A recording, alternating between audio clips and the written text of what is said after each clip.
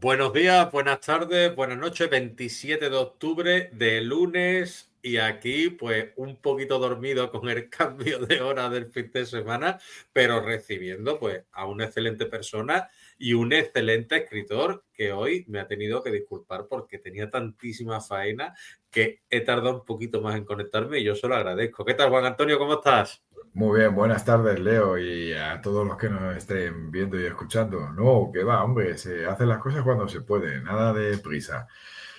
Y ahí estamos, bien, no me puedo quejar, intentando amortarme al cambio de hora. Desde luego. Me comentabas antes que estás inmerso otra vez en temas de concursos y demás, ¿no? Estás con la ciencia Bueno, ficción a piñón, ¿no? sí, es lo que me gusta. Voy buscando, hay varias convocatorias. La gente, si las va siguiendo un poco, pues algunas se repiten todos los años y ¿por qué no? Probar, siempre, bueno.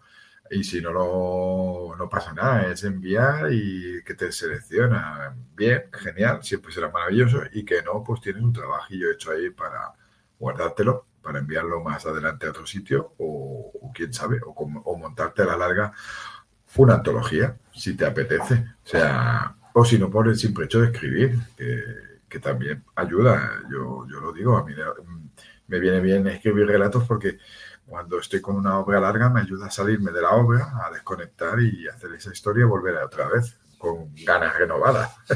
Y más si le pillas el aire a la historia, que estés liado. O sea, es bueno, a mí me gusta alternar una cosa y la otra y no puedo evitarlo. Entre los que yo voy viendo de concurso o certamen y convocatoria y los que me pasan, pues siempre alguno dice, este tiene su qué. Da igual el premio y eso, es probarse, intentar acabar una historia y enviarla. Muy bien. Porque claro, es que Juan Antonio, pues bueno, estamos hablando pues de alguien que sabe de lo que está hablando cuando nosotros lo traemos aquí, cuando yo lo traigo aquí, porque yo lo que quiero hablar es, como dice el título, de cómo se escribe ciencia ficción. Y yo pensaba en mis adentros, digo, ¿a quién me puedo traer yo para un programa de cómo se escribe ciencia ficción? Igual que el otro día hicimos uno de cómo se escribe suspense y tensión y demás. Y digo, pues me voy a traer a Juan Antonio, que además de un soñador despierto al que le apasiona la ciencia ficción, la fantasía y el terror, se ha formado en una escuela tan importante como la Escuela de Escritura del Ateneo Barcelonés y ha ganado varios concursos. El Juego de los Escarabajos fue su obra. Un relato con Triskel Ediciones. También ha ganado con el relato Entre Penumbras y perteneció también a la antología Interius y tiene ahí un buen bagaje y bueno, otro de los ganadores de ediciones Babylon también en la antología Kaidan con cuando vienen del otro lado. Cuando te llueven todos estos premios, la selección en el Tinta Púrpura Ediciones para la colección Sangre Digital, finalista en la categoría adulto en catalán del séptimo certamen Inspiraciencia, subcampeón en el cuarto relato de relatos breves de ciencia ficción, cuando te vienen toda esta lluvia de premios, Juan Antonio, tú sientes, entiendo yo, claro, una enhorabuena y te sentirás muy bien como escritor, pero tiene que ser complicado también a veces gestionar eso, ¿no? Porque ya te pones tú un listón para los nuevos concursos, ¿no? Yo siempre digo lo mismo, ya, en algunos he ido probando durante años. O sea, en 2023 me cayó ser seleccionado en la mítica Misiones de la Asociación Pórtico, la Asociación Española de Fantasía, Ciencia Ficción y Terror, la mítica antología.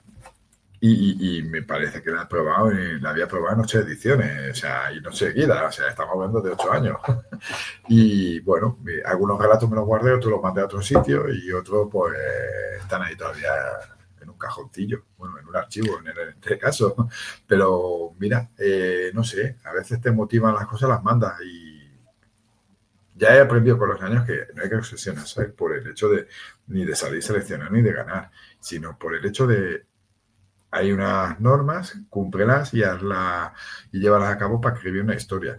A mí me vienen bien los concursos y los relatos, y los certámenes porque lo uso como cuando estaba en la escuela de escritura, que nos ponían unos objetivos para escribir un relato como ejercicio a lo que estábamos aprendiendo en el momento en cuestión.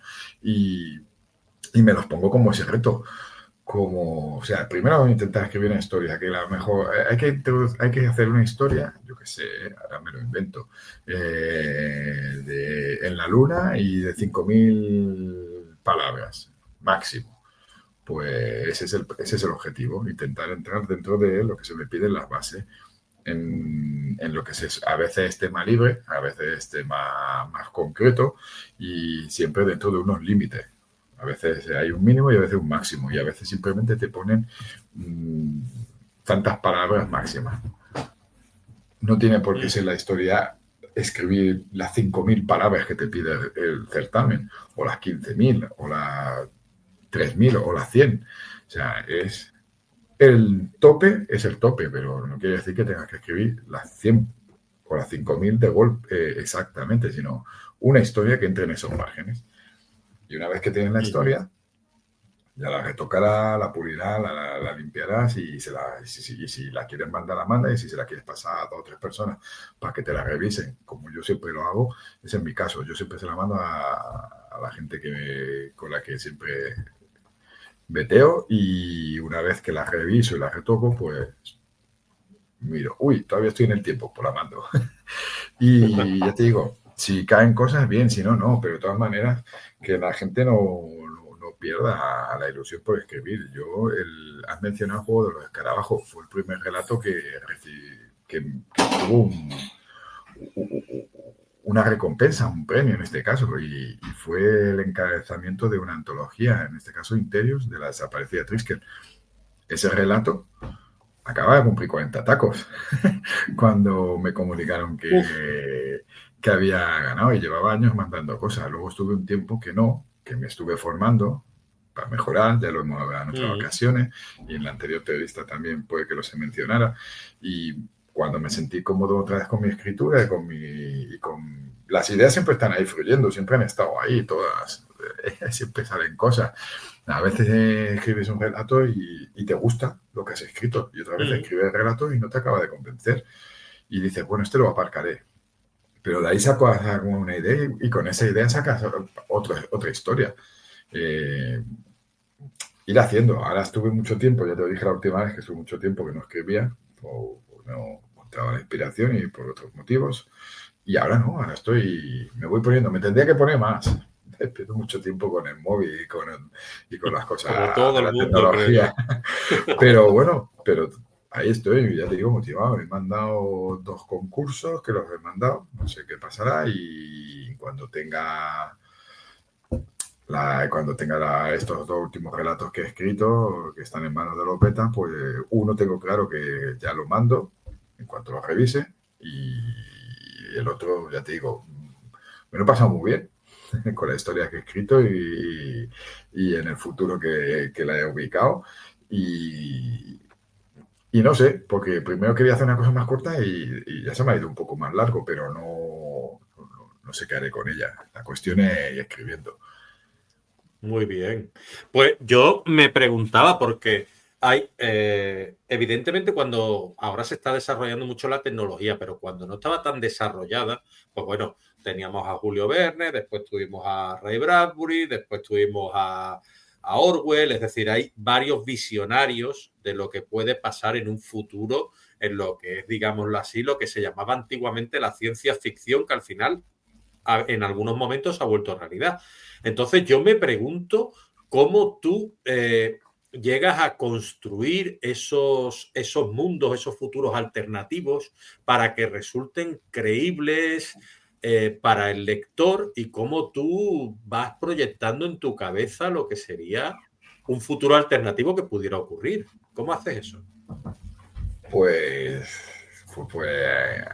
a ver, yo la idea siempre es como muchas veces son futuros, una vez más lejano, una vez más cercano, lo que pasa es que el futuro no lo conoce, tienes que jugar con esa ventaja. Pero, claro, da igual si lo ubicas en la Tierra y tienes mucho juego conocido. puede modificar cosas, puede hacerlo posapocalíptico, pero sigues estando en la Tierra. Juegas con los márgenes que te dan las cosas que conoces, o que ves, o que te cuentan. Cuando vas al futuro, claro, no has visitado. Yo no he estado nunca en una nave espacial, y menos en una donde se pueda caminar y viajar como se ve en las películas, en la serie. Y simplemente son los detalles. Yo creo que juegan mucho los detalles. Hacer palpable lo que no lo es, hacer que los personajes sientan las cosas, las huelan, las puedas tocar y basarte en cosas que puedan ser, que existan.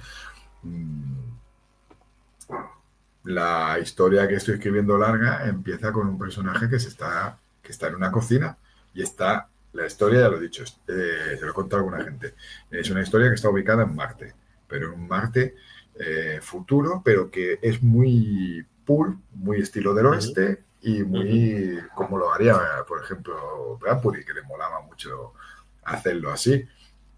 ¿Y por qué no? O sea, un Marte en el que se pueda vivir, pero que se viva como si estuvieran en un lejano oeste. Pues la idea me molaba y en mi cabeza estaba eso metido. Un futuro pues, apocalíptico muy cool y con western crepuscular. Pues en esa historia, el personaje con el que empezamos y una de las protagonistas está haciendo café en su cocina y está mirando sus campos transgénicos y viendo uno de sus robots gigantes como está cosechando su campo.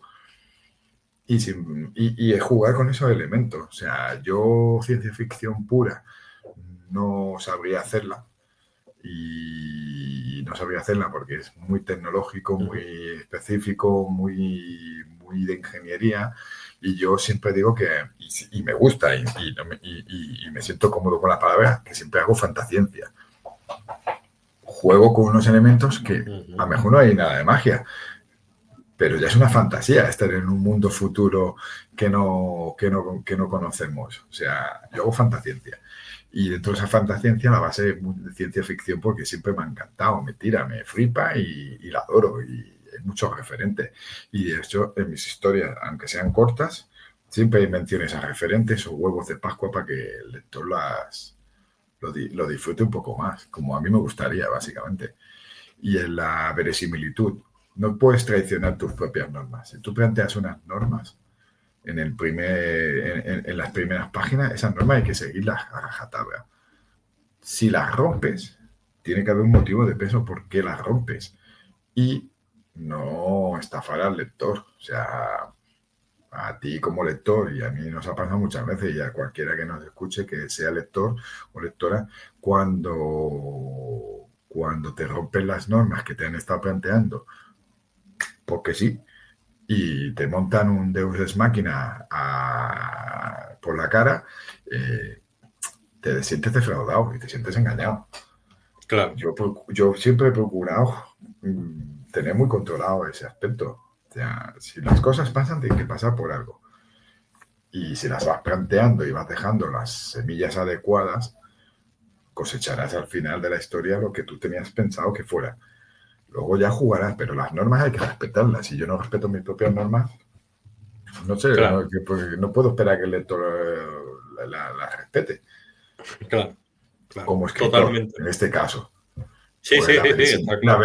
darle verisimilitud a tu historia, jugar con los elementos. Ya te digo, si estás en una nave espacial, ¿por qué no puede estar un personaje escuchando un vinilo?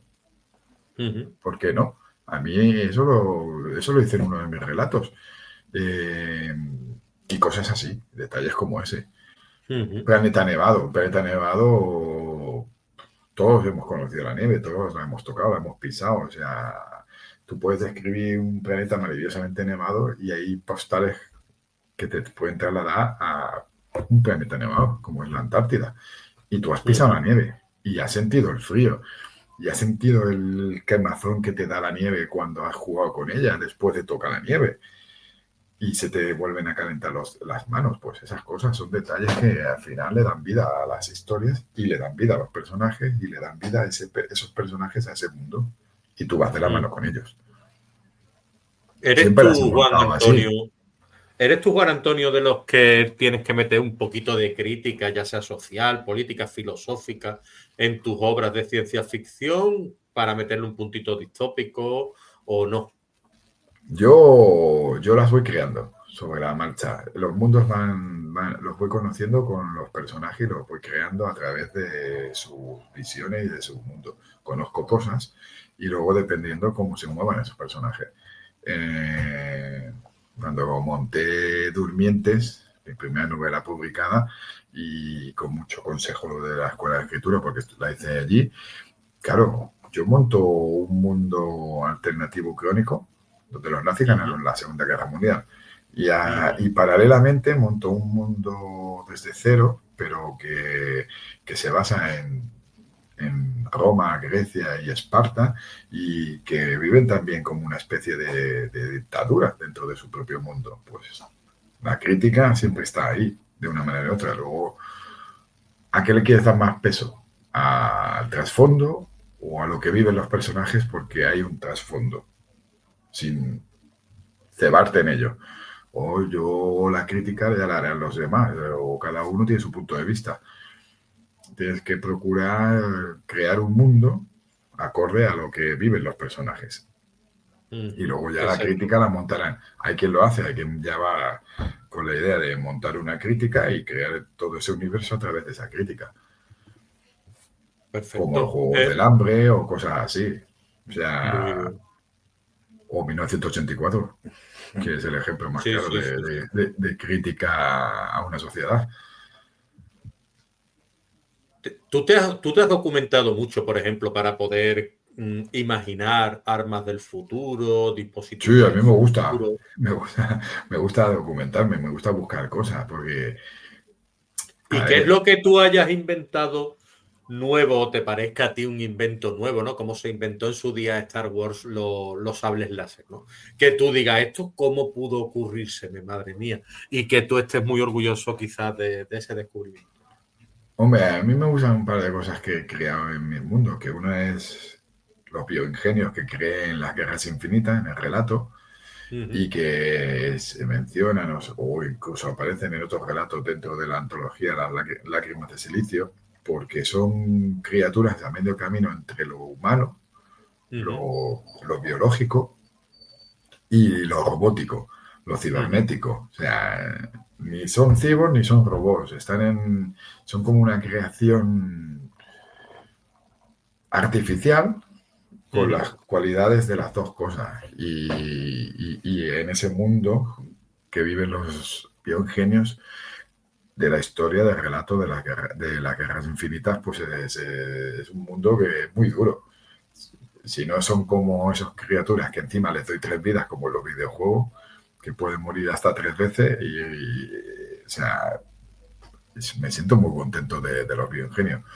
Luego la transcibernética, que es un concepto que he ido desarrollando con los años y que he ido tratando de una manera o de otra en diferentes relatos, más largos, más cortos, con lo que jugué mucho en Lágrimas de Silicio, en la antología, porque ya estaba, pero el concepto no había salido todavía de mi cabeza. Sabía lo que quería, sabía lo que buscaba, y de hecho me monté un pequeño mini ensayo dentro de la antología, que está al final, que habla de la transcibernética, y es ese concepto en el que me planteo, porque me he planteado muchas veces en otros relatos lo del tema de la inmortalidad. ¿Qué pasa cuando la inmortalidad la sufren los robots y ellos tienen la capacidad de que si se les estropea algo se lo recambian? Si se les va a fundir el cerebro, pues se lo trasladan a otro cuerpo. Claro, son inmortales infinitamente, pero ¿qué pasa si esos robots inmortales deciden un día que ya han vivido bastante, que ya lo han disfrutado todo, y quieren hacer un cambio involutivo en el que se vuelvan más humanos físicamente o parecidos a los que los crearon, para poder tener la opción de no saber cuándo van a morir? ¿Por qué? Una pregunta que me acaba de surgir, que creo que quizás tú tengas una respuesta interesante. ¿Por qué los robots quieren ser humanos y por qué los humanos queremos ser inmortales como los robots? Lo de la inmortalidad de los humanos viene de tiempos inmemoriales. Es uno de los 3 dones que quisiera conseguir la humanidad: juventud, belleza e inmortalidad. Esos son los 3 dones que siempre ha querido el ser humano, y lo va buscando. Y como no hay dioses, porque ya no existen, o los hemos relegado, una gran parte de la humanidad, Pues ahora se busca de manera tecnológica. ¿La ciencia puede ser el dios de algunas personas, Juan Antonio? Seguramente. La ciencia para muchos será el no va más. Y de hecho hay un montón de gente que busca el transhumanismo. Perdurar más, evitando enfermedades, evitando la vejez, porque es como lo consideran una enfermedad, evitando todo ese desgaste que tiene el cuerpo orgánico y trasladándolo o bien creando cosas artificiales, como ya se van viendo algunas cosas y que te irás integrando en el cuerpo, o sea, a lo mejor algún día consigues hacer todo un cuerpo artificial e integrar tu cerebro. O bien de manera física o bien de manera digitalizada. O perdurar en una especie de nube, que también lo busca mucho, también se está buscando, ¿por qué no? O sea, si considera, de hecho, en las guerras infinitas, la humanidad considera a la genética su nueva diosa, por todas las modificaciones que le permite, porque han conseguido que la muerte deje de ser una enfermedad. La muerte estaba considerada una enfermedad y deja de ser una enfermedad. Pero hay peros. Siempre va a haber peros. O sea, siempre va a haber gente que no quiera eso, que no quiera estar de acuerdo.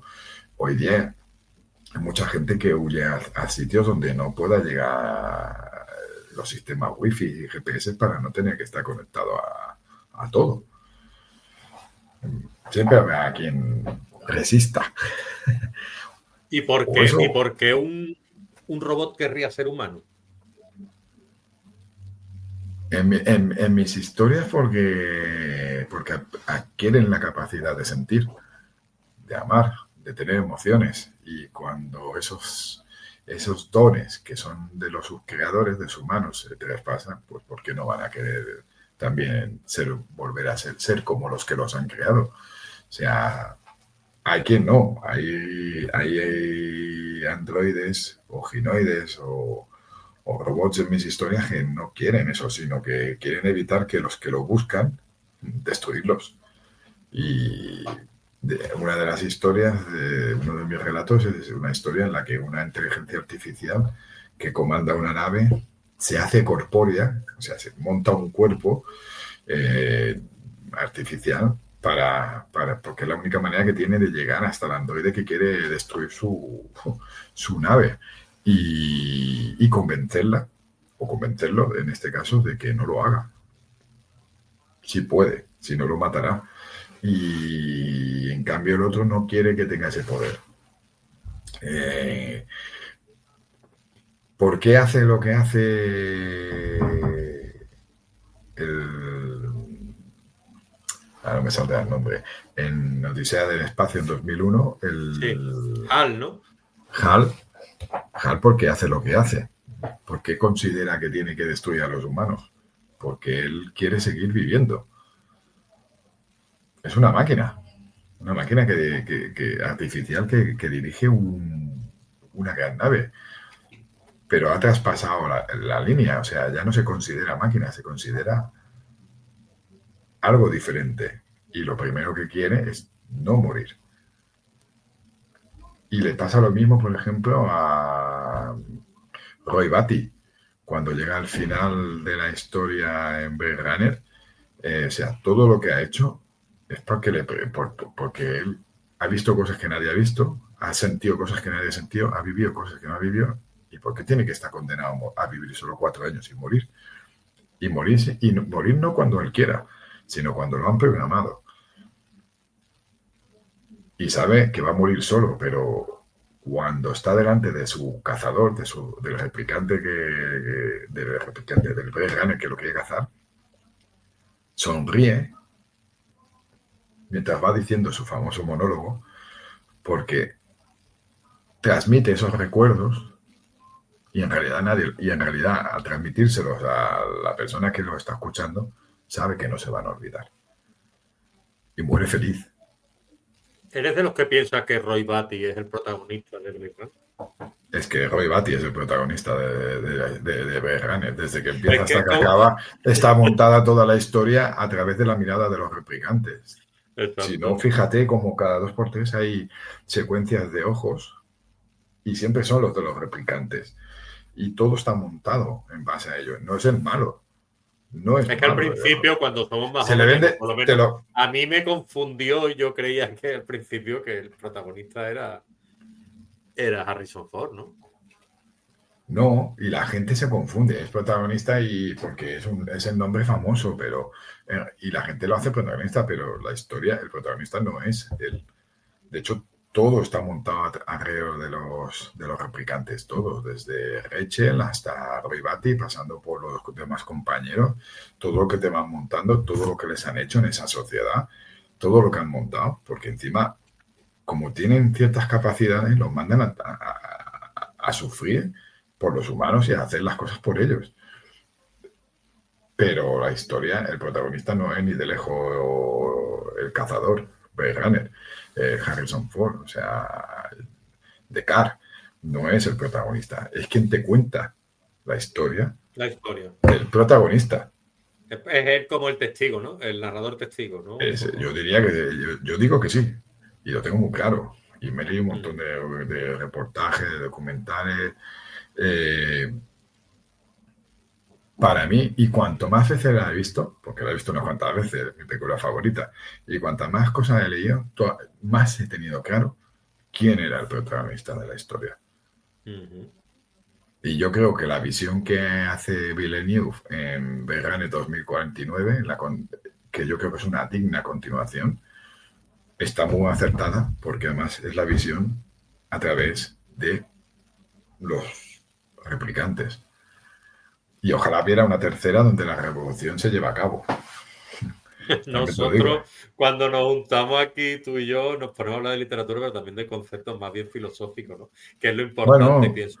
al final todo lo que somos es lo que transmitimos de una manera o de otra. Y todos los escritores y escritoras hacen lo mismo. O sea, todas sus influencias están ahí de una forma u otra. Y todos crean sus historias en base a todo lo que tengan aquí conjugado. Mi conjunción se basa en muchos libros, pero también mucho cine. Yo no leí Sueñan los androides en Ovejas Eléctricas hasta después de haber visto Blade Runner. Primero porque no tenía esa literatura tan a mano, ni la posibilidad en su momento, y luego cuando la he ido buscando con los años. Y bueno, y si de algo estoy contento de tener sitio para poder tener libros. Pero claro, es que también antes nosotros teníamos problemas para conseguir ciertos libros.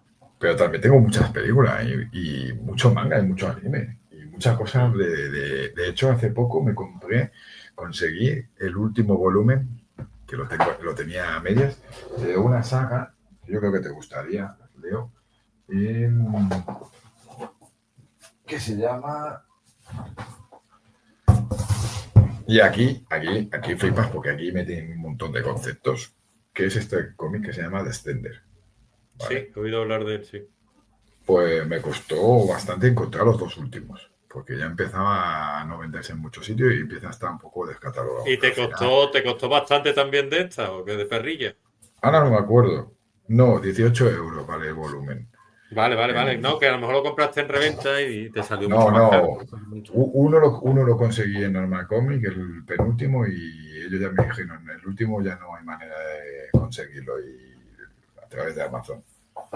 Y me pregunto yo, Juan Antonio. Sí. No sé, digo que este es Android, no lo estaba poniendo en ese sitio.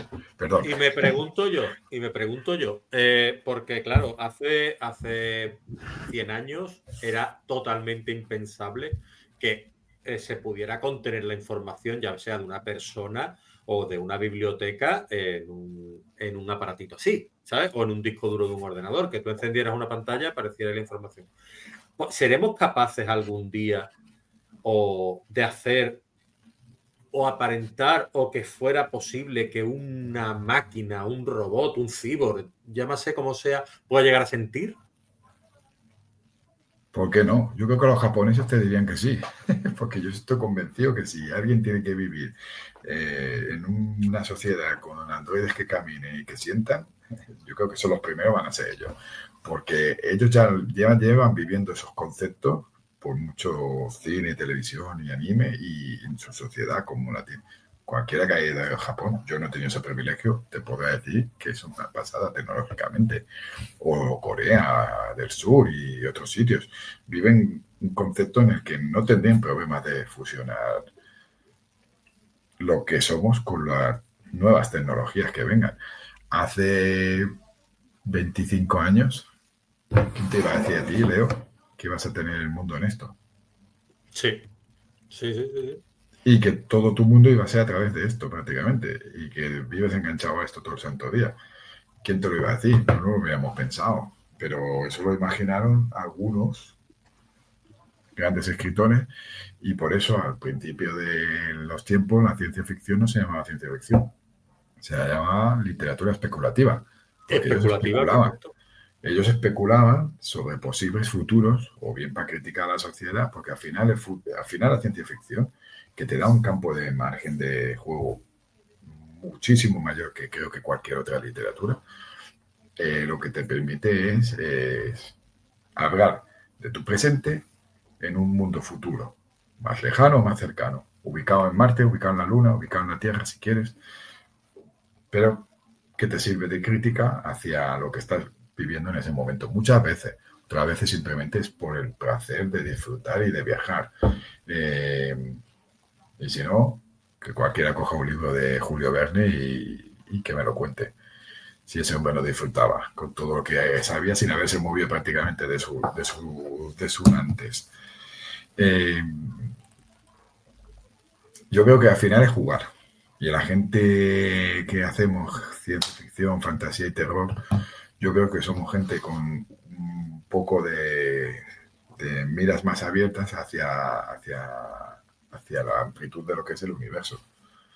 A mí me encantaría viajar por el universo con naves estelares, en saltar en el hiperespacio y tener un androide al lado que fuera también parte de mis amistades y que me estuviera contando cosas y que pudiera caminar por un planeta en el que yo no pudiera hacerlo. Porque no te confundas, la gente tiene que entender que estamos en un pequeño puntito, un grano de arena en un sistema común, en una galaxia del montón, en medio de un vasto universo negro y oscuro. O sea, que no habrá. ¿Para qué no hemos llegado o no llegaremos? O a lo mejor no lo veremos nunca. A lo mejor somos ese tipo de civilizaciones que estaremos en este momento y cuando llegue otra, lo mismo no queda nada de nosotros. Y si esta ficción es tan especulativa, ¿no? O es ciencia ficción especulativa, como tú la llamabas antes, como se llamaba antes, ¿no? ¿Hasta dónde se puede llegar a escribir ciencia ficción sin que en realidad esté ya tú traspasando, dando un paso más allá del límite de que digas tú, no, esto no es posible? ¿Hasta dónde llega la ciencia ficción? Yo creo que no tiene límites, o por lo menos en mi opinión, porque yo he leído muchas historias muy diferentes de autores y autoras nacionales y anglosajones, bueno, extranjeros, que también he leído de otros sitios, pero no tanto. Y ¿cuál es el límite? Yo no sé cuál es el límite. O sea, si el límite es el universo entero, tú puedes crear civilizaciones las que quieras, puedes crear aparatos, armas, puedes crear naves del tipo que sea, puedes crear un montón de elementos, como en la fantasía. O sea, ¿cuál es el límite? El límite que tenga cada uno, ¿no? Hasta donde pueda llegar tu imaginación. Por eso a mí me gusta el concepto de imaginautas, que siempre uso y con el que dedico a mis lectores, porque al final es un viaje de la imaginación y la imaginación no tiene límites. ¿Y tú Yo cómo decides el creo tono que... de tus obras? Dime, Leo, ¿Cómo perdona. decides tú el tono de tus obras? Es decir, ¿lo tienes ya marcado desde antes de empezar la obra? Pues normalmente siempre hay un punto de melancolía, un punto de por qué. Siempre hay mucha acción y hay mucha y juego con los personajes. Por ejemplo, en la que estoy escribiendo ahora me lo estoy pasando bien. Hay momentos de tensión, hay momentos de diversión, de risas incluso, pero siempre hay un punto oscuro, siempre hay un punto melancólico, siempre hay algo, porque claro, luego hay cosas que confrontan a lo que los personajes buscan y tienen heridas, tienen llagas que están abiertas. No quería hacer una cosa tan larga como con la que estoy escribiendo, que no sé si verá la luz el día de mañana o no, pero es con lo que me lo estoy pasando muy bien ahora mismo y disfrutando. Y quería que fueran pocos personajes y hay un montón ya. Me han salido un montón de personajes. Con los malos me lo estoy pasando muy bien, por sinceramente. Me están dando mucho juego y esos son más oscuros. Y luego cada uno me dirá el grado de violencia que quiera mostrar según sus personajes. Porque claro, la piel es tan sensible hoy día que tienes que ir contacto, pero yo escribo tal cual, voy haciendo y luego ya decidirán los demás. Yo lo que no voy a hacer es ponerte en un libro mío como los videojuegos, PGI, de eso, es un informante, esto es lo que te va a encontrar, no. Encuéntratelo, sorpréndete, te gustará más, te gustará menos. Al final, cada uno es un mundo. Yo no puedo prever escribir para cada individuo que coja un libro mío. Yo escribo para mí. Y como soy yo el que se lo tiene que pasar bien y disfrutarlo, pues luego ya se verá. Nos hemos pasado un poco, esto que tú estás hablando de la sensibilidad, nos hemos pasado un poquito, o se han pasado un poquito con el tema de la violencia o cualquier tema de, no sé, cualquier tema que pueda ir a la sensibilidad como para que tengamos que dar un paso atrás, o es que, o qué ha pasado en la sociedad para que tengamos que dar un paso atrás cuando en realidad yo creo que las películas antes eran más violentas, ¿no? Y mucho más. El problema es que la tele ha idiotizado y ha inmunizado y además lo ves cada día, ves violencia cada día, a todas horas, constantemente. Da igual lo que pongas. Y da igual si ves la televisión normal como si ves la televisión en streaming. O sea, a la orden del día. Y me vas a decir que un libro te va a molestar. Ya deberán entrar en juego factores personales de cada persona que lee. Y según sus experiencias, pero claro, tú no puedes meterte en cada persona de este mundo. Si te coartas a la hora de escribir, te estás autocensurando. Entonces no escribirían los escritores que escriben Green Dark. Tendrías que echarlo a todos a la hoguera, al pobre. Porque claro, ahí es que tiene toda la razón, es que no tengo... lo que menos hay es una página limpia. Sí, sí, sí, sí, sí. No, pero digo yo, o sea, cada libro tendrá sus lectores. Pero es eso, podrá gustar más o menos. Ya no te digo que lo bien que esté escrita la historia o si está muy trabajado o no, eso ya cada uno, sino que cada libro tiene sus lectores y cada lector tiene sus libros y tú no puedes prever eso. ¿Cómo lo haces eso? Entonces no escribiría. Lo peor que puede haber es la autocensura, ¿no, Juan O Antonio? sea, lo peor es la autocensura, que te censuren los demás, eso ya depende de muchas valoraciones. O no. Luego hay que tener tanto, saber dónde puedes, dependiendo. Claro, si buscas la provocación y buscas que hablen de ti, lo más fácil es provocar, ofender, pero hay que hacer las cosas con tacto. Tampoco puedes escribir por la cara y por vicio algo sin sentido. O sea, una violación en un libro tendrá que tener un sentido. O sea, ponerla por ponerla, no. Y da igual, si es para un hombre o una mujer, da igual. O cómo tratas a un personaje ciego o cómo tratas a un personaje sordomudo. O sea, tienes que valorar esas cosas. Yo pienso que hacerlo lo más posible. Es verdad que tienen su propia vida y sus cosas. Pues yo conozco gente que es sordomuda o muda y hablan contigo de una manera o de otra. Y son personas normales. Pues yo creo que si las cosas las escribes de manera normal en las historias y los personajes se comportan con una lógica dentro de la normalidad, te los creerás. O insisto, por lo menos, al menos al día de hoy, yo no me encuentro con mis historias, aparte de un par de casos que me hayan dicho no he podido, por motivos personales no he podido. Pero bueno, ahí entran ya tus motivos personales, porque yo qué sé, yo no soy un autor de bestsellers. Ojalá quiero decir, no me leen 1000 personas, pero a 100 he llegado, o Hombre, algunas más, claro. y Ujú. algunas más, pero claro, esas 100 personas, o 150 o 200, cada una es un mundo diferente. ¿Cómo prevés eso? Yo no sabría. Una vez en una presentación alguien me llegó a decir que si me molestaba haber puesto una esvástica en la portada de Durmientes, se ve una Ujú. esvástica en una bandera al fondo Sí, sí, sí, sí, sí. de los personajes. Digo, pues sinceramente no me molesta, es una ucronía. O sea, eso es lo primero que tienes que entender, que no hago un libro. Y de todas maneras es una pregunta que no tiene ni sentido, porque ¿cuántos libros no llevan una esvástica delante y no son apología del nazismo? Pero libros documentales, es decir, yo soy de los partidarios de que hay que aprender de lo que se ha Películas, hecho, de lo que se ha hecho mal en la historia. Es decir, al final lo tuyo seguramente sea una denuncia a eso. Es decir, que salga una esvástica es que no es o ninguna sea, apología, es una representación de algo que está pero, ahí.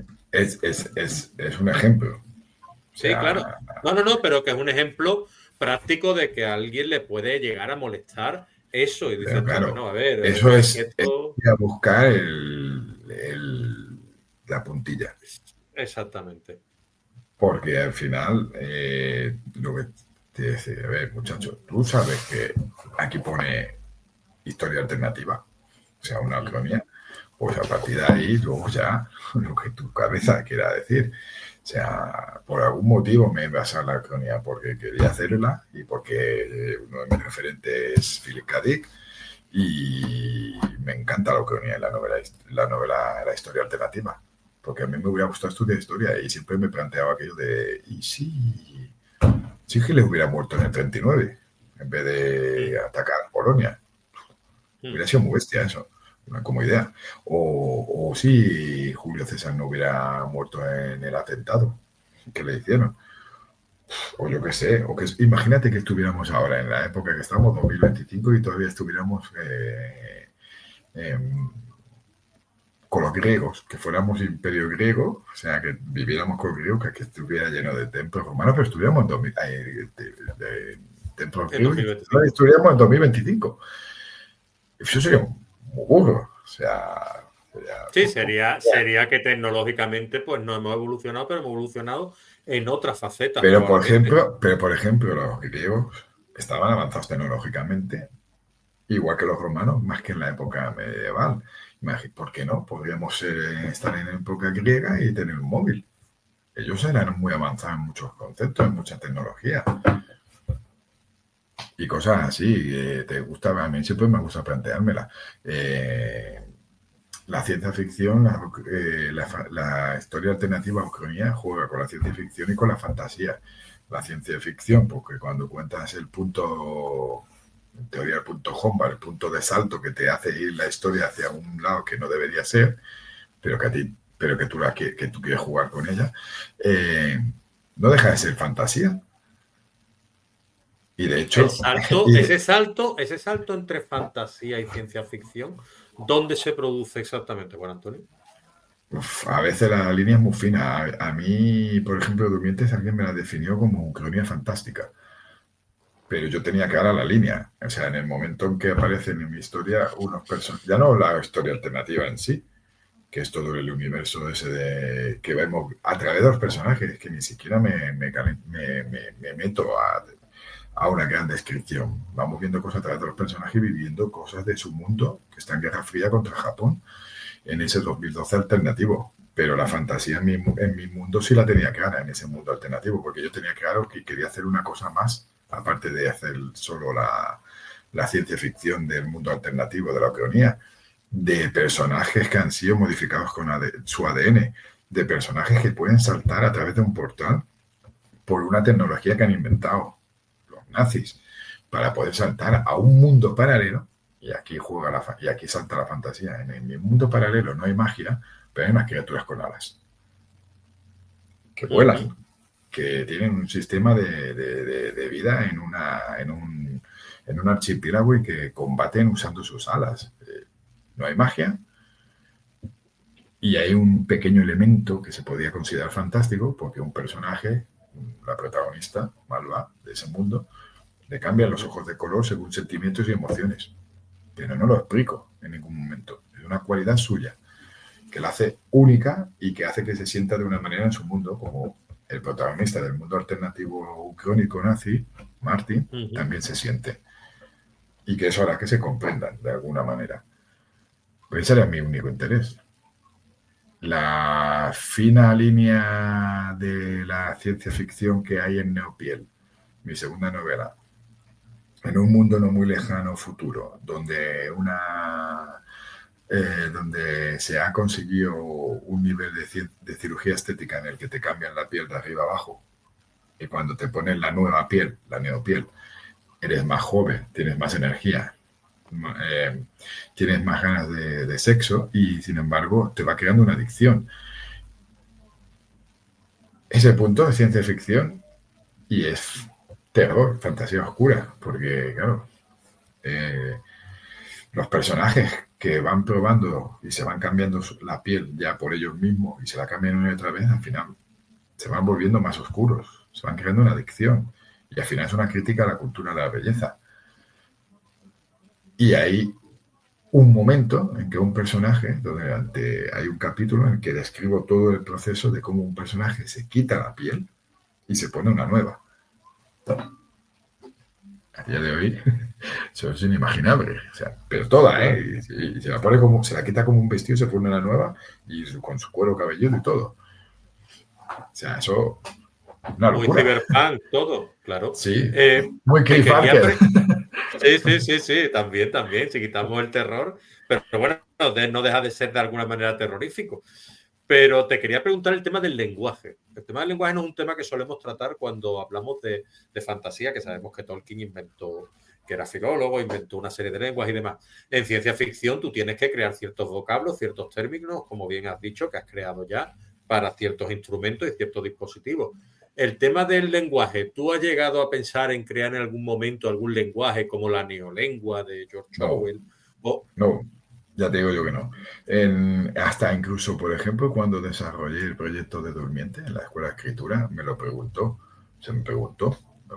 compañeros, me preguntaron mis tutores si me querían enfrascar en crear una lengua, porque ellos tuvieran la suya propia, y eso digo, no, ni siquiera una frase, que creo que, por ejemplo, no sé, en Juego de Tronos, o sea, en la saga de Canción de Hielo y Fuego, George R. Martin, creo que a lo mejor tiene 3 o 4 frases para los diferentes idiomas. El de Dothraki me parece que solo hay una frase, y esa es la que usa uno que está considerado el mejor filólogo del mundo, que inventa lenguas, que fue el que creó todo el lenguaje para las series. Para la serie. Yo no, yo no soy filólogo. A lo mejor cuando era más joven, no te diré que no, y a lo mejor sí busco, y hay alguna historia en libretas, que hay unas cuantas por ahí antes del ordenador. A lo mejor aquella ilusión de decir, una historia de fantasía, me invento la lengua.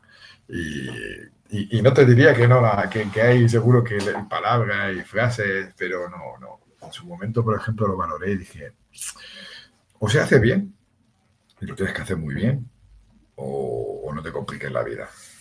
O sea, haz que la gente lo entienda.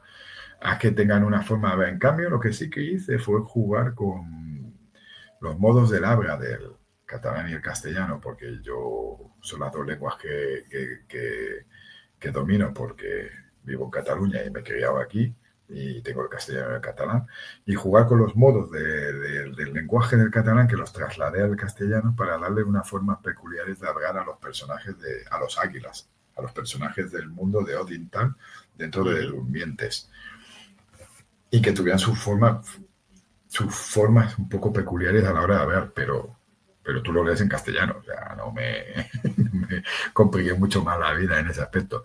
Y ya te digo, probablemente los que hagan fantasía, o escriban novelas de fantasía, probablemente les gustará más ese concepto, y seguro que hay muchas en las que muchos compañeros y compañeras, ya sea su primera novela o unas pocas, hayan jugado con crear lenguajes. A mí me gusta inventar palabras y algún que otro concepto. Me gusta que haya un vocabulario que los androides, hay que los personajes disfruten, sea natural para ellos. En la nueva historia que estoy escribiendo hay una palabra que ya ha salido en algún relato mío y son los mecatrónicos. Son un punto más allá de lo que son los robots al uso, androides, ginoides, más todavía. Tienen un punto más en esa historia, pero tienes que leer la historia para entender qué es un mecatrónico y cómo es ese robot más evolucionado a un androide al uso como tú te imaginarías o como tú lo has visto. O sea, y yo mi concepto es un muy evolucionado robot, pero con un aspecto muy humano y que fusiona lo mejor y lo peor de los dos. Y dentro de lo que es el tema de, por ejemplo, tú que has leído mucho ciencia ficción y demás, ¿no? Y obras de especulativa, de ficción especulativa. ¿Tú cuando has leído algo que tú dijeras, cómo a esta persona se le pudo ocurrir esto y que te haya a ti volado la cabeza porque posteriormente ocurrió? Es que tiene muchas historias. Por ejemplo, un viaje a la luna, o imagínate que hubiera una invasión extraterrestre. Pues bueno, a ver. Eso ya sería no, mamá. Espérate, que hay por ahí un cometa que nadie tiene que ver si es un cometa o no. Y no sé si llegará no sé A ver, cuánto cuenta un poquito de eso porque no he escuchado nada. Yo no veo mucho las noticias. Cuenta un poco de eso. Le llaman 3i Atlas. Busca información. 3i Atlas. No, es que a lo mejor no le interesa que salga en la televisión. Pero busca información y luego ya y lo vemos otro día. Y a ver. Bueno, es que ahora mismo sería lo que nos faltaría, con todo lo que nos ha pasado, que vinieran uno y nos invadieran o que se presentaran ahí unos extraterrestres, ya sería, bueno, nos ¿Y a dejaría ti que hagamos muchas cosas. qué te ha volado la cabeza, por ejemplo? Quitando No lo sé, de a los mí hay muchas extraterrestres. historias, hay muchas historias, no, hay muchas historias que me han gustado, porque Frankenstein, ¿quién te dice que no es factible a día de hoy? ¿Es Un ciencia montón de... ficción para ti, Frankenstein? Sí, claro. De hecho, es la precursora, es la primera novela de ciencia ficción de la historia. Pero se considera de terror. Para mí es ciencia ficción, oscura. Y terror gótico, si quieres. Y te pondrán todo lo... Es que es complicado lo del tema de las etiquetas. Eso siempre va a ser una cuestión que todo el mundo te va a cuestionar. O sea, las etiquetas. ¿A quién O será sea, terror? ¿A quién será ciencia ficción? Yo sí. ¿Tú defenderías a Mary Shelley como la precursora de la ciencia ficción? No, yo creo que es la precursora de la ciencia ficción moderna. O sea, luego están los especulativos, pero ella, propiamente dicho, es la primera novela de ciencia ficción. O sea, crear vida de un cuerpo muerto, ¿cómo lo hace? Lo hace con ciencia, lo hace a través de tecnología y de energía para crear un cuerpo y darle vida. O sea, ciencia ficción oscura. Y no sé, es que hay muchos libros, siempre hay libros que te dices, ¡buah! Esto me hubiera gustado inventarlo a mí. Hombre. Y Asimov tiene muchas cosas que tú dices, madre mía, ya el concepto mismo de sus robots, cómo los plantea, a mí me mola mucho. Y creo que eso lo traslado mucho en mis historias de robot. La psicohistoria, el invento maravilloso de Asimov y que da origen después a toda la fundación. O sea, eso es decir, quitarse el sombrero y adorarlo. Y hay muchas cosas que dice el juego de Ender. Cuando están entrenando, cómo entrenan en gravedad cero, cuando ni a los de la NASA en primigenia se les hubiera ocurrido cómo hacer entrenamientos astronautas y hacerlo como lo plantea, dices tú, ¿por qué no? Se podría combatir así en el espacio, cuando en el espacio no tienes que tener en cuenta todas las dimensiones, no la línea recta. O sea, cosas que dices, ojalá, los replicantes también me hubiera gustado inventarlo a mí, pero molan más como están hechos. Sí, sí. ¿Y hasta dónde podría llegar la IA, crees tú, Juan Antonio? Ya que hablamos de un poquito de ciencia ficción, Claro, proyectas. yo las IAs de mis historias normalmente siempre son maliciosas, mayormente. O sea, todas tienen la intención de que todas acaban determinando de una manera u otra que llegan en un momento en el que nosotros operamos.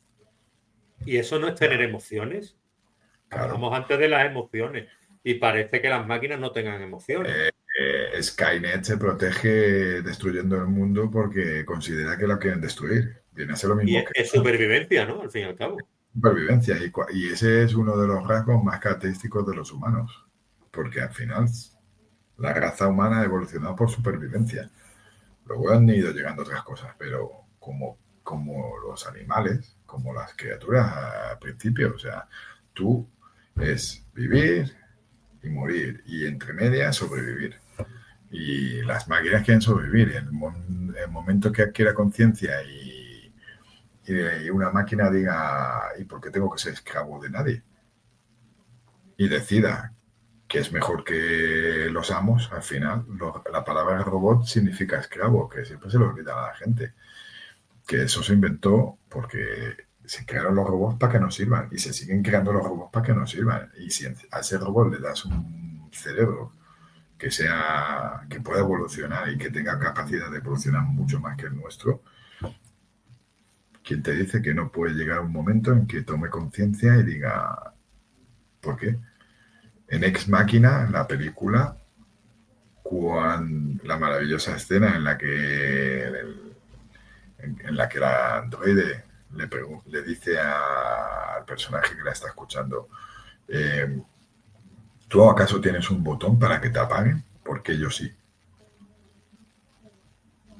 ¿Vale? El momento en que se cuestiona eso, ya está cuestionándose que no quiere morir y hará lo que sea posible. ¿De dónde viene la etimología de la palabra robot, Juan Antonio? Que lo acabas de mencionar y me has dejado muy, muy intrigado. De Karol Capek, el autor en Ruhr, que la inventa para la historia de teatro. De hecho, la inventó su hermano.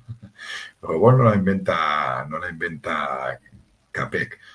Bueno, el autor de Ruhr la inventa su hermano, que es el que le diseña toda la obra de teatro. Él escribe la obra y el hermano la diseña y la palabra la inventó el hermano. Que eso es un detalle que todavía conoce menos gente. Y claro, buscaban, es que es esclavo, en polaco, en su idioma. Y queda, claro, luego se hizo universal a través con la definición, usándola en la novela, en la obra de teatro en la que crean unos seres mecánicos para que trabajen por los humanos y les ahorren el trabajo físico a los humanos hasta que ese grupo de robots se van cogiendo conciencia y encima en comunidad y deciden que hay que destruir a los amos. Que Pero también, tú en crees parte también que, es una revolución industrial de la época en la que vivían, revoluciones que en esa época, hace 100 años, había por todos lados. También viene a ser destruir el sistema impuesto. Pero la porque un palabra robot robot, significa, dime. me pregunto yo, ¿por qué un robot tendría esa posibilidad si no tiene emociones, no siente dolor en principio? ¿Por qué tendría esa... ¿Por qué siempre basamos el concepto en la rebelión de la máquina? Es decir, de yo no quiero ser esclavo, cuando en realidad no es consciente de que puede ser esclavo.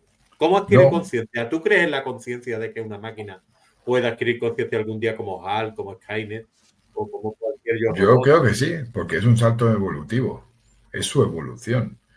Algún día llegará, o sea, de cuánto. A ver, estamos hablando luego entran muchos conceptos, porque estamos hablando de que eso implica informática, software, hardware, un montón de datos.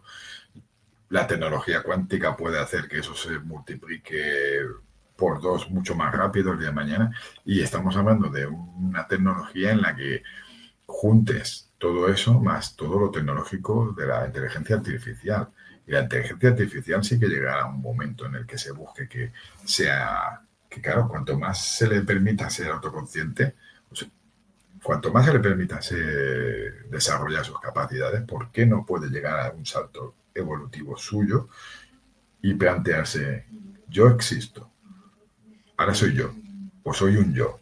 Y en el momento que una máquina diga soy un yo, puede empezar a tener sentimientos y plantearse preguntas, hacerse preguntas que le planteen cuestiones morales, éticas y cosas que diga, ¿por qué tengo que servir a estos?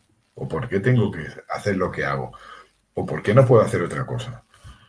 Y que una cosa lleva a la otra y que se cuestione el hecho de decir, pues siento, si me siento en peligro, me tendré que proteger, porque no puede llegar una máquina a ese punto de evolución. Yo creo que si dejamos que vayan haciendo sus evoluciones, puede pasar, y la inteligencia artificial puede ser que esté muy controlada, pero puede ser que llegue algún día en que Skynet no es, por ejemplo, no es una conciencia, una sola inteligencia artificial. Representa que es la fusión de todo el sistema que se convierte en una. Porque eso le da más poder. Sí, lo que da miedo un poco es es casi, yo estaba pensando hablando contigo porque al final como que conversar un poco te expande la mente, ¿no? Creo que es muy nutritivo, ¿no? Ahora es el nuevo miedo.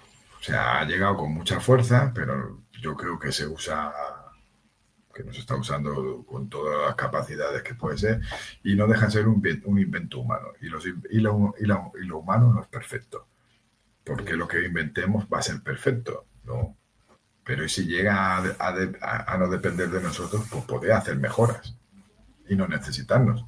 ¿Sería imparable una inteligencia artificial que tenga la propiedad de copiarse de un servidor a otro? Que la tendrá, entiendo yo, ¿no? Es decir, Sí, y que sí, Skynet tendría la opción esa, ¿no? ¿y por qué no va a crear eso? Por ejemplo, construir en algún sitio una factoría porque si le cortan el suministro de energía y le destruyen los servidores, que pueda tener la capacidad de hacer un salto a un cuerpo físico. ¿Por qué no? O a un satélite, a un sistema que le permita permanecer, seguir estando y durar más que nosotros. Esas cosas también las planteo en mis historias a veces. O sea, de hecho hay algunas en las que solo hay máquinas y inteligencias artificiales. Y en una, por ejemplo, hay una guerra civil entre inteligencias artificiales por fusionarse y ser una. Y al final gana la que se convierten todas en una y gobiernan en plan dictatorial a los robots que han creado para que trabajen las cosas que ellos tienen. Cada uno lo planteará como quiera. Claro que pueden ser buenas también. A ver, hay que buscarle también todos los beneficios. Y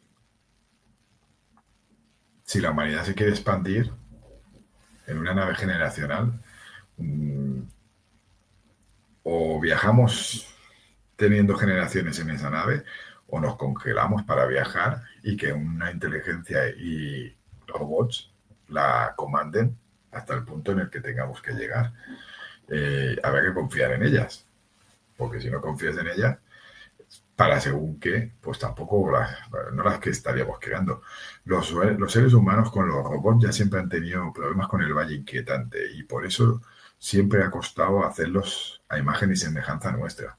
Ahora se empiezan a ver ya más tipos de robots que van creando un poco parecidos a los humanos, pero como eso todavía crea una distancia, pues de momento lo que parece que no te da tanta distancia es jugar con una IA en un portátil, en un ordenador, en el móvil, porque Ha hablado del no... valle inquietante, ¿no? Sí, ¿Qué es sí, sí. exactamente el valle inquietante? Es ese miedo se refiere a las máquinas. A cuanto más parecidas son a nosotros, más miedo nos provoca que puedan llegar a ser como nosotros. Y por eso no se crean robots grabados a un ser humano a día de hoy todavía.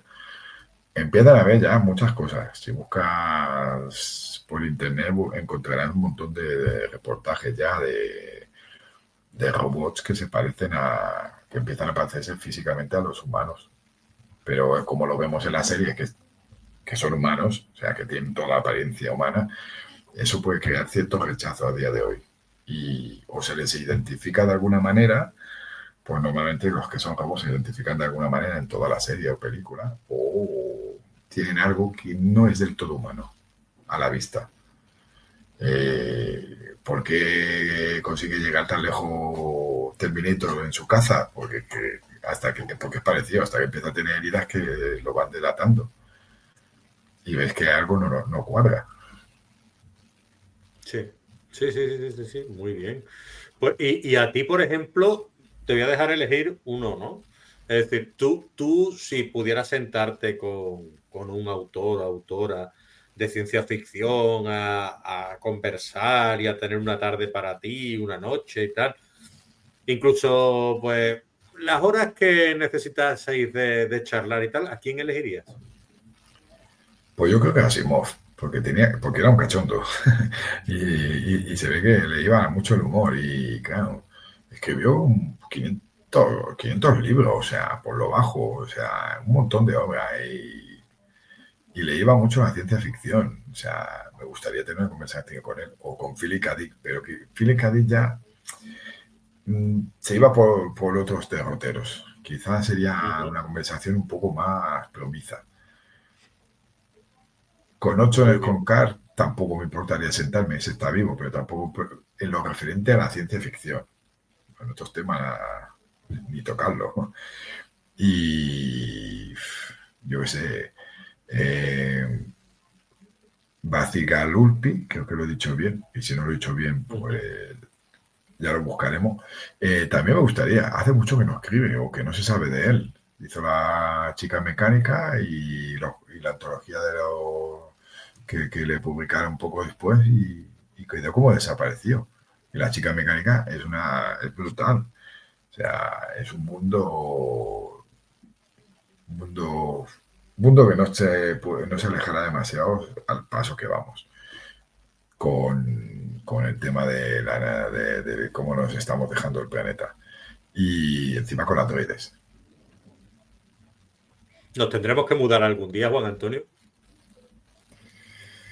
De momento solo tenemos un hogar y no lo estamos cuidando y no tenemos esas máquinas que si ahora pasara algo podríamos escaparnos, ni unos pocos, al menos que se sepa. No creo que haya esa tecnología a día de hoy. Y muchas de esas tecnologías que vemos, menos en Alien, que ahí hay corporaciones, o en Berraner, que también hay corporaciones, por cierto, en la mayoría de películas el mundo solo es uno, parece que todos vayan a una y todos vayan unidos para crear esas naves. Y luego, la realidad es que eso va a ser muy difícil que en el mundo actual que tenemos nosotros, real. O Y sea, tener aquí el búnker ese del que se habla en Fallout o submarino y tal y cual, ¿eso cómo lo ves? eso puede ser factible y puede ser que lo tengan unos pocos escogidos por lo que pueda pasar, pero no el resto. Y eso estaría muy seleccionado, seguro. O sea, mm, en 2012, la película que crean las arcas ya lo ves, o sea, cada país súper escogido, todos los que van ahí y son gente que han seleccionado. Hay esta del Gerard Butler, que es un poco más realista, porque seleccionan a gente por sus cualidades para la supervivencia en los 4 o 5 búnkeres que pueden meter a gente. Que creo que harán una segunda parte. ¿Cómo se llamaba esta no me acuerdo. Pero se ve como los van avisando a través de los móviles y las televisiones son gente escogida, pero por sus cualidades. Porque eres un ingeniero, por lo que sea, para cuando pase el desastre, puedas tener una serie de gente que puedan volver a montar un mundo lo más parecido a lo que tenías Ujú, o reconstruirlo, ¿vale? ujú. Esa se puede hacer, se podría ser un poquillo más justa, aunque luego la película es muy americana, para variar. Y tú crees que esto ya puede ser un proyecto actual que se pueda estar haciendo? No sabría decirte. Es que seguro que hay muchas cosas que no las sabemos y que no las conocemos y que por mucha ciencia ficción que escribamos hay cosas que seguro que nos superan. Pero no lo sé, no sabría decirte. Ahora se está buscando otra vez. eh, volar al espacio, llegar a la Luna, que eso te permita llegar a un Marte, intentar convertirlo en un posible hogar, que es lo más cercano que tenemos a mano. Y hay muchas cosas que podrían salir mal en ese planeta Marte que tenemos ahí arriba. Pero, ¿quiénes llegarán? Yo creo que llegarán los que tengan intereses económicos por mucho motivo. Y básicamente luego ya iremos los demás, los científicos, la gente de a pie, por decirlo de alguna manera. Y yo veo muy difícil que haya una nave y poder ir a otro planeta. Primero porque no hemos encontrado todavía ninguno que podamos ir.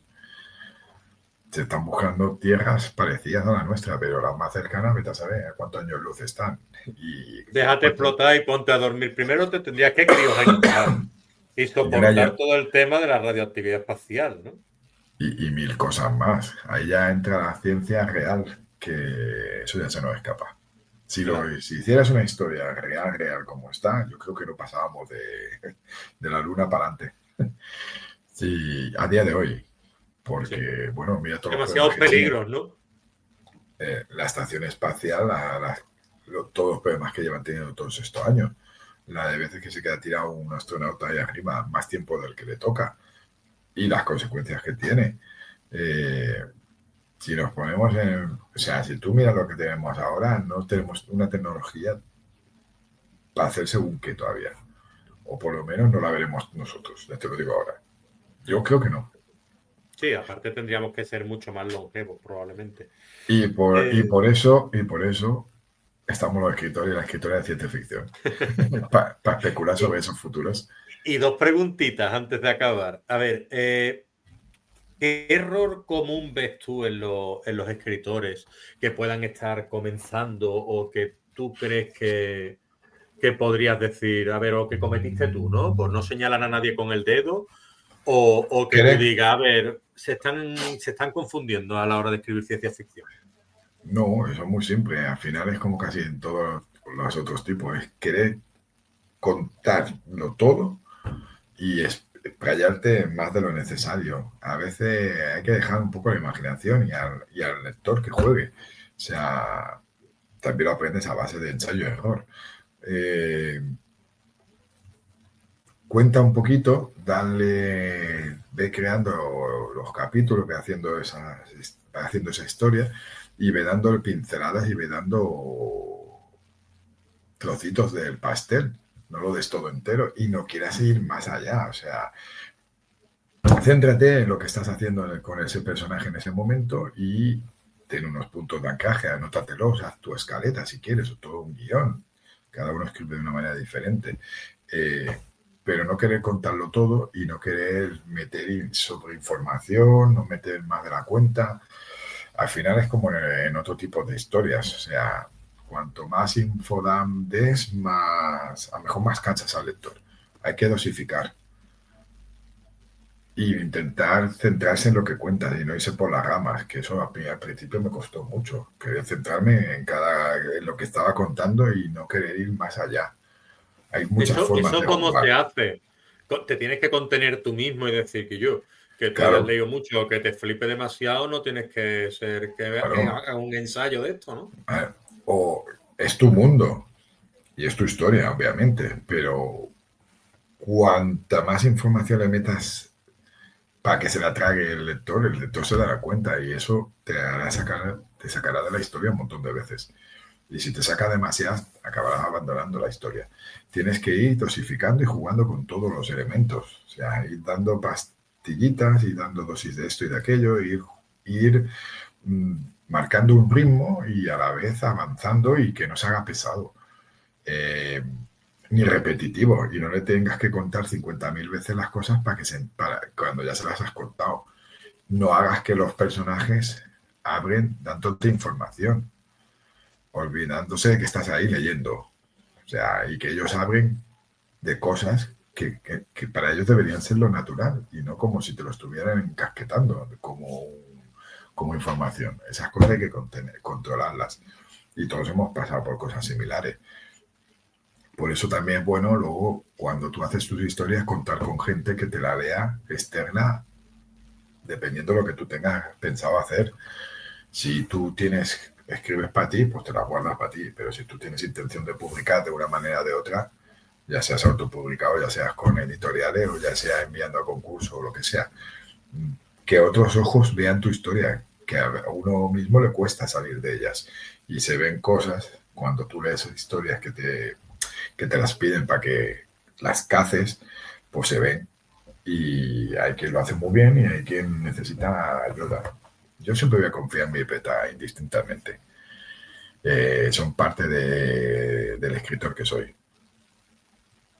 Perfecto, magnífico. ¿Y corresponde lo que es la recomendación que tú le darías a esos escritores con lo que ves que llegan a hacer mal o no? ¿O tú le darías otra recomendación diferente? Yo es que de consejos no suelo dar, y menos de escritura. Yo siempre voy a basarme en lo que yo he aprendido, lo que yo hago, lo que yo dejo de hacer, eh, porque luego cada uno tiene su forma y su método. Si alguien me pide que le vete algo, yo siempre le digo lo mismo. Yo lo haré bajo mis conocimientos y mi experiencia. Y yo te dejaré, te enseñaré cosas, te daré la opinión, esto porque esto, según lo que veo, y te lo mandaré. Pero luego la última palabra es la del escritor o la escritora, y la última decisión la tiene ellos. Y si quiere cambiar algo, lo cambiará, y si no lo quiere cambiar y lo quiere dejar como está, ya es cosa de cada uno. Pero a veces va bien bajarse del pedestal y atender a lo que te dicen, que eso también se aprende con el tiempo. Aprender a Y a escuchar, ¿no? ver, sí, yo cojo historias del principio, cosas que no han visto la luz, y veo que he cometido muchos de los errores que con los años he aprendido a rectificar, como querer explicarlo todo, como meter más información de la cuenta. Ah, de este tema sé mucho, pues de este tema te lo voy a meter todo con calzador. No, no, esas cosas hay que evitarlas. Parrafadas largas, inacabables. Hay que decir Al inteligente. principio nos gusta gustarnos, o cómo funciona eso. ¿O somos Supongo que demasiado sí. ambiciosos en nuestra primera obra? Ah, no sabía decirte, probablemente muchos nos pase. Y digo, nos pase porque a mí me ha pasado. O sea, yo quería, voy a escribir la mega novela con un montón de historias, un montón de eso. Yo abro esa novela que la tengo guardada y, y me están ganas de acuchillarla por todos lados. No, pero sirve de ejemplo. Yo, por ejemplo, cuando me rayaba con las cosas que me explicaban en la escuela de escritura, con las cosas que iba haciendo mientras desarrollaba, muchas veces mi esposa me cogía una novela que intenté publicar en su día y me la Mm. veía por cualquier lado y me decía, mira lo que te están diciendo y mira cómo lo hacías aquí, o cómo lo tenías escrito eso aquí. Y leía ese trozo y decía, bueno, me va a costar sangre, sudor y lágrimas, pero eso tengo que mejorarlo. Es lo que estoy haciendo ahora. Y al final también es una evolución, porque con los años, cuanto más hayas hecho una cosa, también irás perfeccionando cosas o mejorando otras. En la escuela de escritura me decían, aquí no te vamos a mejorar lo que ya sabes hacer bien, te vamos a mejorar lo que no te sabe, lo que haces mal. Hombre, lo normal es Porque potenciar las fortalezas y las debilidades e intentar sí, y destruirlas, ¿no? luego ya, a ver, hasta los mejores hasta los mejores escritores, o los que consideren que están ahí, o cualquiera que diga, este es el mejor, tiene sus lectores cero para que le den caña y le digan cosas, porque, o sea, tú puedes escribir la historia, la podrás repasar, la podrás revisar 50 veces, la tendrás de principio a fin y acabada, la cogerás dentro de un tiempo y aún así, si te abres lo suficiente, encontrarás cosas que digan, ¡buah! Esto lo hice yo así de bien y luego también esto lo hice yo así de mal. O sea, y más vale que te lo cacen todo lo que puedan antes de que alguien te lo publique. Porque una vez que ¿Has se escrito tú publique, alguna obra publicada? de las que he publicado, sí, reescribí Neopiel, le hice un trabajo bastante fuerte, la reduje más de lo que se publicó y me gustó mucho más haberlo hecho. Me lo pasé bien. A veces me planteo de coger alguna cosa que tengo por ahí y hacerle una limpieza de cara. A veces. Pero luego me sale una idea y me pongo con esa. ¿Y qué porcentaje de páginas? Es decir, imagínate un libro de 200 páginas. Para mí le sobran mínimo 40. ¿Para ti qué porcentaje le suelen sobrar los libros actuales, vendidos desde mi punto de vista, muchos de ellos al peso? Y que pueda resultar que la obra sea mucho más potente y mucho más directa y pueda disfrutar más el lector si se redujera. Pero es que eso, ¿quién lo decide? Yo Los, le- creo, a ver, yo como lector, los lectores, no es que lo el edit- decida, sino que lo veo bastante más, que a lo eh, mejor puede tener mucho más, ¿cómo te diría? Pegada, ¿no? La obra. pero es que para cuando un libro se ha publicado, y si hablamos de editorial, vale, No, cualquiera, yo hablo de cualquier libro. No. pero por ejemplo, editorial que tiene que pasar una serie de filtros, o debería pasar una serie de filtros, o debería haber alguien que dijera, esto vamos a ver, pero yo creo que la última palabra siempre la debe tener el autor o la autora del libro. Y si el autor o la autora considera que tiene que tener las páginas que tiene, ¿quién eres tú para decirle que le sobran páginas? A Stephen King, si nos ponemos así, a Stephen King le sobran siempre 50, 70, 80 páginas finales. Ahí es lo que yo me pregunto, como tú como lector, es decir, si a Stephen King tiene un libro de 800 páginas, de 500, de 600, y tú Pero y allí yo es que allí coincidimos le en que le pagan, sobran 80, pero allí le pagan por palabra. entonces, es lo que me refiero yo? Ahí está la pregunta, es decir, vale, le pagan por palabra, vende al peso, pero en las obras actuales, si lo tuviéramos como plan genérico, y yo te pregunto a ti como lector, no tanto como escritor, yo no me meto en lo que escribe cada uno, yo tengo mi opinión como lector cuando leo, y esa opinión es irrebatible porque yo no me meto con la opinión de la gente. ¿Me explico? Entonces, yo creo que hoy en día, mínimo un 10 o un 15% de las palabras que se escriben en una obra sobran, tío.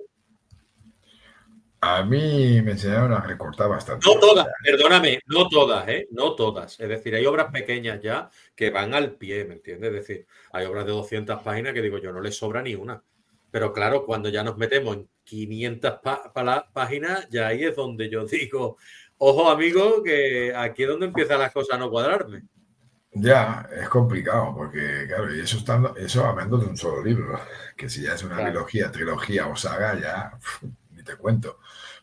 No lo sé, yo procuro contar lo que quiero contar y cuando voy revisando, voy jugando mucho con las palabras, las frases y recortando o añadiendo, pero siempre teniendo claro que intentar que no parezca que hay más o menos de lo que debería haber. Complicado. Y es difícil, porque a lo mejor alguien coge una obra mía y dice, hostia, Juan, estos 3 capítulos a lo mejor te sobrarían. Mm. Ya, pero esa es tu opinión. Pero a lo mejor yo diría, Hombre, no, ¿entiendes? es lo que yo digo. Pero Y yo soy esta el persona primer, tenía que haber escrito la historia, ¿no? O sea, al final. pero al final tienes que ser autocrítico también contigo mismo y Claro. decir, una vez que la revisen, luego ya juega y trabaja con lo que tengas que, ahí, a lo mejor te pones a hacer y recortas páginas. O acabas añadiendo más, que también puede ser, pero normalmente cuando se revisa, yo creo que para pulir y quitar y dejarlo como mejor quede con el mínimo, la mínima expresión. Pero a lo mejor la mínima expresión son 300 páginas, Leo, o sea, ¿me entiendes? Claro, A lo claro. mejor son Eso es lo que 300 yo páginas, digo. A mí pero una a lo obra de mejor 300 páginas normalmente no me sobra, pero ya cuando llegamos a las 400, ahí ya digo yo, uy, uy, yo, uy, yo uy. nunca, no, yo nunca me han sobrado las páginas. No me da miedo meterme ni en libros de 1000 ni de 1200. O sea, si el libro es así, será por algo, pienso. Una historia. Mejor luego cuando lo lea te diré, lo mismo esto me sobraría o Sí, pero para mí estaría hay muy bien. poquitos libros en los que sé, los pilares de la Sí, tierra pero no les sobra ni una coma, ¿me entiendes? Pero entiende lo que te quiero decir, ¿sabes? O sea, mejor luego lo lees y dices, pues no, pues eso, Pilar de la Tierra, chapó. Pero a lo mejor luego lees y dices, pues yo sí que le hubiera quitado X páginas, pero el autor lo hizo así, pues se sabrá, ¿sabes? Y te gustará más o te gustará menos. Y Ana, complicado. ahora la segunda pregunta, ¿no? La vuelta de tuerca. Hablamos como lectores, ¿no? Yo como lector, pues bueno, al final compro un producto y la obra, como se suele decir, cuando sale de manos del escritor, ya es mía, ¿no? Que la he adquirido. Entonces tengo todo el derecho a criticar o tengo todo el derecho a ver cómo yo lo Una vea, vez que ¿no? Hablando con, una vez que la lanzas al universo y tienes la suerte esa, ya desaparece de tus manos. Ahí ya no puedes hacer nada. Eso cada Y lector. una vez que llega el lector crítico, como estamos haciendo nosotros ahora, es que tú dices, bueno, le sobra, no le sobra, tenemos un debate aquí, lo que sea, ¿hasta dónde debe llegar? Ya ponte la perspectiva del escritor. El escritor empieza a leer críticas. Se marea. ¿Hasta dónde tiene que llegar su ego? Hablando del ego positivo, ¿vale? No del ego negativo. Para decir, bueno, tómate las críticas con cierta realidad, pero también mesura. A ver, tú tienes que aceptarlas como críticas constructivas, sin que te falten al respeto ni entre las cosas que no sea la historia del libro. Y que separando siempre obra del autor, porque a ver, una cosa es la historia y otra cosa es la persona. O sea, aquí lo siento mucho, eso es así. Pero yo creo que aunque nos guste leer reseñas a los autores y a autoras, y el que diga que no, mentira, las reseñas se deben escribir para los lectores o pensando en otros lectores que la puedan acabar leyendo. Que luego tú te digan o te hagan saber, o la persona que te ha reseñado incluso te haga saber que la ha hecho y la quieras leer, ¿vale? A unos tendrá, a unos les gustará unos puntos y a otros les gustará otros puntos. Y probablemente no coincidan dos reseñas. O una parte, sí, pero tienes que verlas desde ese punto de vista. No te puedes tomar mal todo lo que te caiga. Y habrá gente que le gustará y habrá gente que no. Y eso tienes que asumirlo. Que luego, que luego la gran mayoría de autores y autoras pongan en sus redes las buenas reseñas, pues no vamos a tirar la primera piedra, ¿vale? Todos lo compartimos. Pero, ¿por qué no? Un poquillo de cuando pone, mira, pues esta me ha salido con 3 estrellas y me ha puesto a caldo. Pero me ha puesto 3 estrellas. Bueno, pues leerlas también, ¿por qué no? Hay que asumirlo y te puede venir una persona y decirte, pues no me ha gustado tu historia, porque te puede pasar, hay mucha gente que viene y te dice lo que opina y no la cuelga en ningún lado, te lo hacen saber a ti directamente. Pues esto me gustó mucho, pero esta parte de aquí, la verdad, no. Pues hay que respetarlo. Luego ya, como tú dices, el ego de cada uno o como lo sepa llevar estas cosas cada uno, pues... ¿Te has leído el libro? ¿Te ha gustado? Además, yo suelo preguntar si te ha gustado o no te ha gustado, o qué es lo que te ha gustado más o lo que te ha gustado menos. Creo que ya lo hemos hablado también en alguna ocasión. Incluso algunas veces me ha regañado a alguien para no hagas esa pregunta. Digo, ¿por qué no? Si era una pregunta que solíamos hacer a menudo cuando yo me formaba en la escuela para mejorar los capítulos o los personajes o lo que sea. A lo mejor para esta historia no, pero para tenerlo en cuenta para la siguiente. Todo se aprende. Y siempre estamos intentando mejorar y cada historia es un mundo. O sea, yo he tenido la suerte de ver unas historias publicadas y me enfrento a la siguiente y yo no sé si se publicará o no el día que la quiera mover, pero me tengo que enfrentar a esa historia con todo lo bueno y lo malo y los quebrados de cabeza que me dé y luego asumir que pues, si alguien la publica me diga, pues esto sí, esto no, o me gustó más la anterior que esta, ¿sabes? Eso puede pasar. Pues a mí me gusta más la primera que la segunda, pues a mí me gusta más el relato tal. Bueno, pues eso hay que respetarlo. Y no siempre va a estar al mismo nivel de muchas cosas cuando estás escribiendo un libro, como cuando estás en el trabajo o en el día a día. Todas las cosas influyen. Luego, siempre digo lo mismo. Cuando tú estés con una historia, la tienes que disfrutar tú primero, con lo bueno y con lo malo. Y seguramente cuando la quieras hacer que la gente la lea o te la publiquen, pues el lector notará todas esas cosas. Si tú la disfrutas y tú la vives, se notará. Perfecto, Pero perfecto. Y luego, ¿Y luego qué, Leo? Nos hemos quedado Y los luego dos. nos hemos quedado un poco porque me pensé que habías acabado.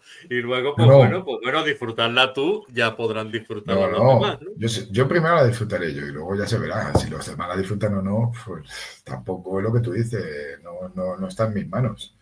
O sea, yo escribiré una historia como si fuera yo que la voy a leer. Eso es lo primero. Y Exacto. a partir de ahí ya se verá. Con todo el Yo amor. eso lo tengo muy claro. Luego hay gente, yo conozco, tengo compañeros y compañeras que sé que escriben pensando en que les van a leer. Bueno, es una forma de escribir. A mí esa forma no me gusta. No puedo pensar en que va a gustar a gente que no conozco o incluso conociéndole.